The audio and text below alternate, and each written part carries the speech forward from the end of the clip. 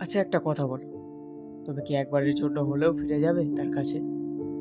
যদি তোমার সেই মানুষটা তার দেওয়া ডাকনাম ধরে তোমায় ডাকে, যাকে তুমি একসময় ভীষণ ভালোবাসতে। হয়তো অভিমান আর সময় তোমাদের মধ্যে অনেক দূরত্ব তৈরি করেছে। হয়তো আজ তোমরা একে অপরের কাছে অচেনা।